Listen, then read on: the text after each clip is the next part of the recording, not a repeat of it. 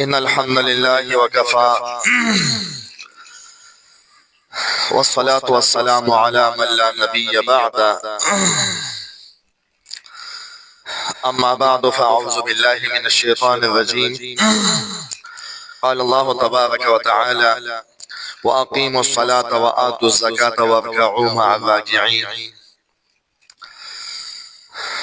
إن الله وملائكته يصلون على النبي يا أيها الذين آمنوا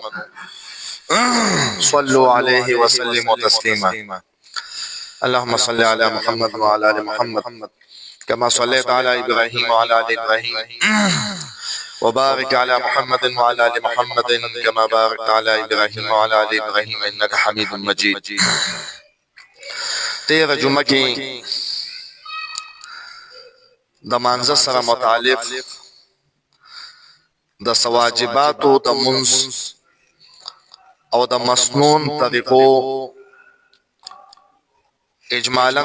تذکرہ شوه. په دې جمعه کې موږ الله پاک په توفیق سره تفصیل د هغه سنتو هغه بیانو. سنت د نبی کریم علیه الصلاۃ والسلام قول فعل او تقریر تبیل شي د قشن د صحابه کرام او تمویل شي. د سنت په خودو سره منظم نه پاسیدیږي او نه په سجده سهو لازم کیږي. خودم مدا چې قصدن د سنت پر خودون کې دا د ملامتیا مستحق ګرځي. د ثواب منځب په ثواب کې کمی هم راځي. البته یو سړی سنت عمل تسبق نظر کین او باندې علماء بیا د کفر حکم لګول دي. استخفاف د سنت دا کفر دی. د منځ په سنتو کې رومبني هغه د چې د تکبیر تحریما چې رومبني الله اکبر تخلق وي نو دغه وخت کې غوګونه لاسونه د غوګونو پورې اوچتول دا مسنون طریقه ده. روایت کې راځي وائل ابن حجر رضی اللہ عنہ فرمایي چې ما نبی کریم علیه الصلاۃ والسلام ولیدو چې کله افتتاح د مونږ کوله شروع د مونږ کوله د لاسونه اوچت کړو د غوګونو پورې او د قشن انس رضی الله عنه په روایت کې راغلي دي. سنن دارقطنی روایت دی. انس رضی الله عنه فرمایي چې نبی کریم علیه الصلاۃ والسلام مکله شروع کوله د مونږ نو تکبیر به ویل بیا به لاسونه اوچت کړو د غوګونو پوسکو پورې بیا به سبحانك اللهم وبحمدك تقبل پسویل. د دې وجنه علما او فقها لیکلي اسلام مسنون طریقه ده. د قشان د تکبیر تحریما په وخت کې ګوتو د ګوتې د لاسونو چې کوم دي دا په خپل حالت باندې کولو پر خودل او قبله توله مخکول دا مسنون طریقه دا فقها لیکل ده. او د قشان دریم نمبر ته تکبیر تحریما په وخت کې سر نخ کته کول. سر ډیر کته کول دومره چې ملادي اوچته پاتې شي او سر د لاندې پاتې شي نو دا مسنون طریقه نه. مسنون طریقه دا ده چې د نارینه‌و لپاره چې ملا او سر دا به یو مقدار کی. بل سنت دا دی د امام لپاره په قدر د حاجت باندې په زور باندې تکبیر ویل. په قدر د حاجت مطلب دا دی چې مقتدیان غنی صفونه غنی په تیز ویل چې ټولو مقتدیان ته आवाज ورسیږي. مقتدیان کم یا غوښ مقدار کې پدما باندې ویل چې تم انداز کې چې بس مقتدیان ستا تکبیر نه با خبره. پنځم نمبر سنت په منځ کې دا دی د سړی د لپاره خلاص په ګس لاس باندې د نامه لاندې کې خودل او د زنانو د په سینه باندې لاس کې خودل دا مسنون عمل دی. یو صحابي دی حجاج ابن حسان وی چې ما د ابو مجلس نو واغتل صحابي دی یا مې ته تاسو کو چې زموږ کې څنګه لاس دما هغه ته دا طریقه او خودله چې خپل خلاص په ګس لاس باندې د نوم لام لیکدا ابراهیم نخعی رحمه الله رحمت الله علیه نم دا نقل لی چې هغه خلاص په ګس لاس باندې د نوم لاندې کې خودلو شپږم نمبر سنت هغه سبحانك اللهم وبحمدك وتبارك اسمك وتعالى جدك ولا اله غيرك دا ویل دا مسنون دی انس ابن مالک رضی اللہ عنہ فرمائی نبی کریم علیہ الصلوۃ والسلام بچکلا من شروع کو نو تکبیر به ویلو بیا به تکبیر پس سبحانك اللهم وبحمدك وتبارك اسمك وتعالى جدك ولا اله غيرك دا ثنا به ویلا او د حضرت عمر رضی اللہ عنہ نم دا نقل لی پس سنن دا قطن کی چې کله به مون شروع کړلو سبحانك اللهم وبحمدك دا دعا به ویلا او ابو وائل سے وای چې حضرت عثمان رضی الله عنه چې کله مون شروع کړلو سبحانك اللهم وبحمدك دا دعا به ویلا ثنا به ویلا وم نمبر اعوذ بالله سبحانك اللهم چې ختم شي نو بیا بس اعوذ بالله ویل عام دو زنانا یا باز نارینه اعوذ بالله نو ویا بارک الحمدلله بسم الله بګ څوک نو ویا بارک چې ګندین الحمدلله شو سبحانك اللهم ولا اله غيرك الحمدلله رب العالمين دا طریقه خلاف سنت ده بلکې سبحانك اللهم ختمه دو پسې اعوذ بالله من الشیطان الرجیم دا په پټه ویل دا مسنون عمل دی اسود ابن یزید وی چې ما عمر ابن الخطاب رضی الله عنه ولید چې کله به شروع کړ د منځ تکبیر به ویل یا به سبحانك اللهم وی او بیا به پس اعوذ بالله من الشیطان الرجیم تعوذ به ویل سنن دا قطنی کې دا روایت راغلی دی دا قسم اتن نمبر بسم الله الرحمن الرحیم په پټه باندې ویل دا مسنون عمل دی انس رضی الله عنه روایت دی په سنن نسائی کې هغه وی چې ما د نبی کریم علیه الصلاۃ والسلام شاته مونږ وکړو د ابوبکر صدیق شاته مونږ وکړو د حضرت عمر شاته مونږ وکړو د حضرت عثمان شاته مونږ وکړو یو لم پتی زمانه بسم الله الرحمن الرحیم و نه ویدو بلکې ټول په تمه باندې بسم الله الرحمن الرحیم په پټه باندې ویل د قشان نهم نمبر سنت په موږ کې د فرض په تریم او سلورم رکعات کې صرف سورۃ الفاتحه په پټه ویل دا مسنون عمل دی ابو قتاده رضی الله عنه روایت دی په صحیح البخاری کې اغي فرمایي چې نبی کریم علیه الصلاۃ والسلام باو چې اغي بعد مسبخین په لومبني دوه رکعاتو کې سورۃ الفاتحه وی او سره به دوه سورتونه وی یو سورۃ په یو رکعت کې بل سورۃ په بل رکعت کې او په اخرنی دوه رکعاتونو کې به دا سورۃ الفاتحه ویلا د قشان لسم نمبر آمین په پټه ویل دا مسنون دی صحابه کرامو نه نبی کریم علیه الصلاۃ والسلام نه مختلف روایات راغلي دي خو زمون احناف او امام ابو حنیفه رحمت الله علیه دل ترجیح ورکړی دا چې آمین په پټه ویل دا مسنون عمل دی امام شافعی امام احمد رحمهم الله هغه دل ترجیح ورکړی دا چې آمین په تیز ویل دا مسنون عمل دی نو بس هغه د پاره غټیک دي د خپل امام په خبره باندې اعتماد دی د دلایل په معنا کې او د احناف د خپل امام ابو حنیفه رحمه الله ټول زموږ امامان دي هغه د امام ابو حنیفه رحمه الله په قول باندې او په تشریح باندې اعتماد دي هغه په پټه ویل دا مسنون غني او ویل دوانه جایز دي په جواز کې اختلاف نشته روایتو کې دوانه راغلي دي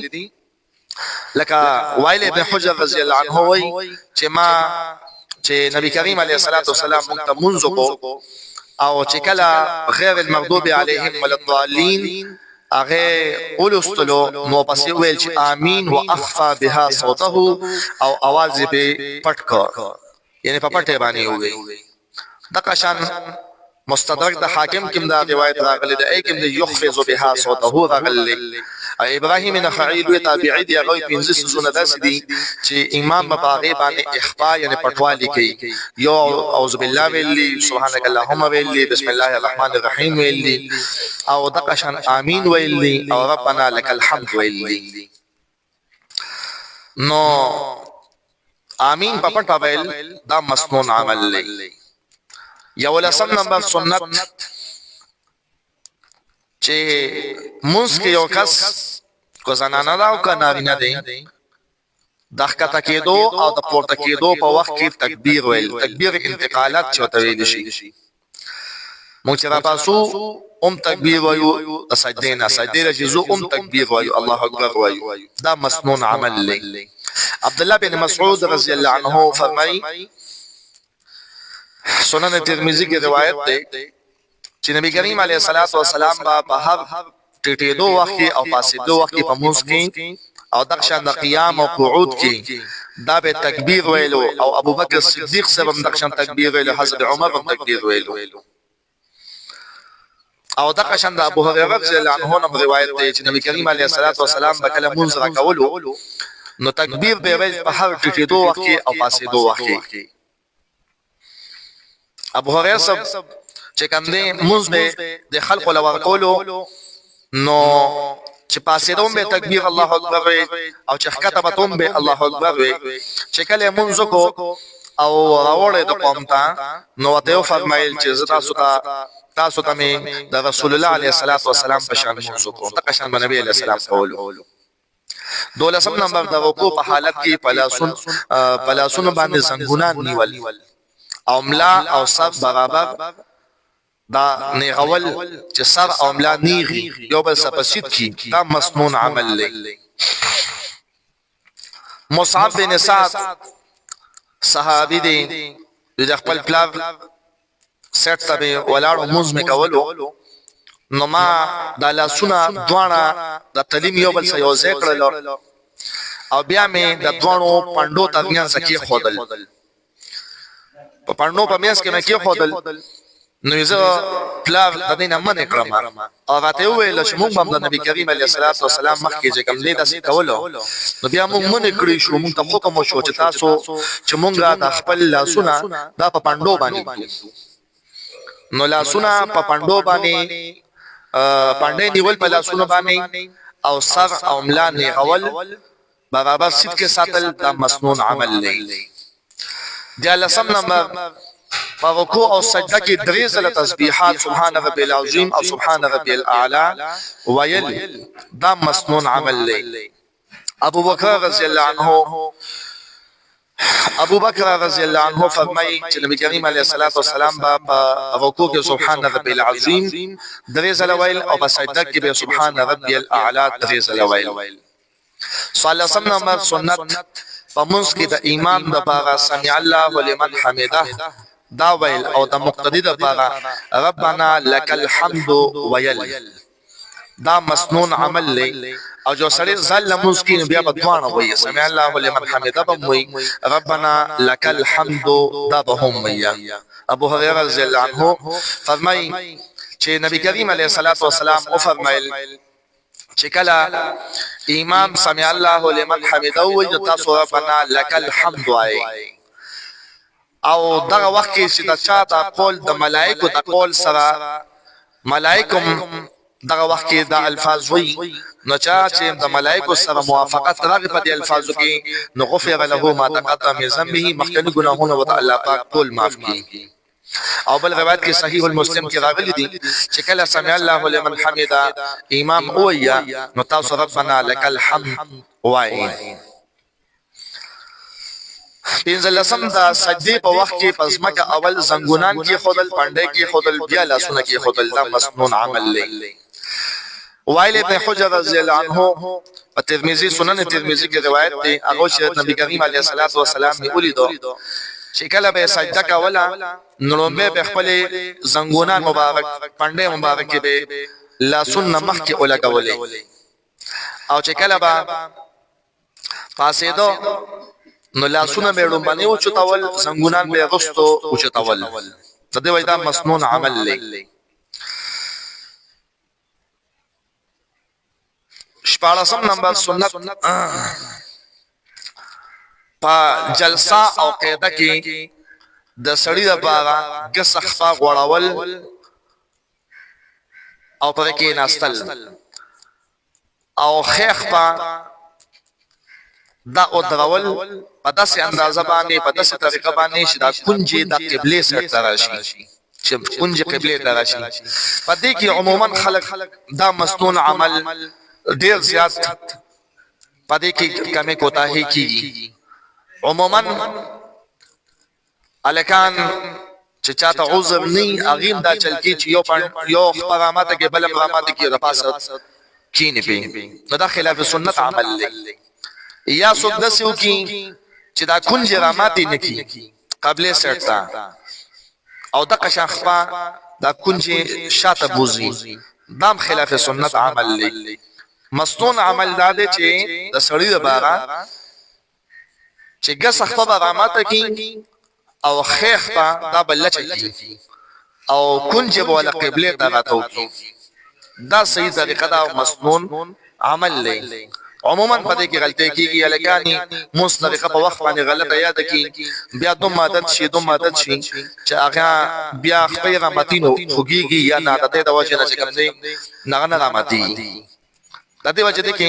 کوشش وکړي عائشه رضی الله عنها روایت کې راغلي د نبی کریم علیه الصلاۃ والسلام د موس طریقه خودله. نبی اسلام په چوغو د تکبیر نه کوله بیا به فرمایل غوښته د روایت وګړه روایت په دې بیا فرمایي چې لا غسخ په رحمت کړه او خیخ به هغه او دروله. دا صحیح المسلم کې روایت راغلی.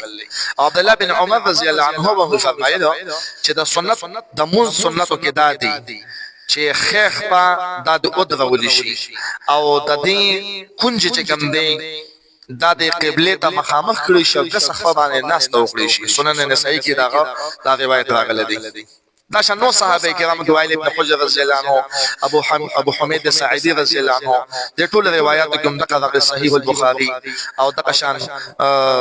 طحاوی شریف کې دا روایت ټول راغلی دی. ولسم سنت په تشهود کې دوه لاسونه په څنګهونو باندې کې خودل چې سړی تشهود کې کینه تحیه کې نو لاسونه په زنګونانو باندې کې خودل دا مسنون عمل لې. د وائل ابن حجر رضی الله عنه په روایت کې راغلي دي او د عبد الله بن عمر رضی الله عنه په روایت کې راغلي دي. د ابن زبیر رضی الله عنه په روایت کې راغلي دي. مختلف صحابه کرام له روایت او راغلي دي کریم علیه الصلاۃ والسلام د قشان کول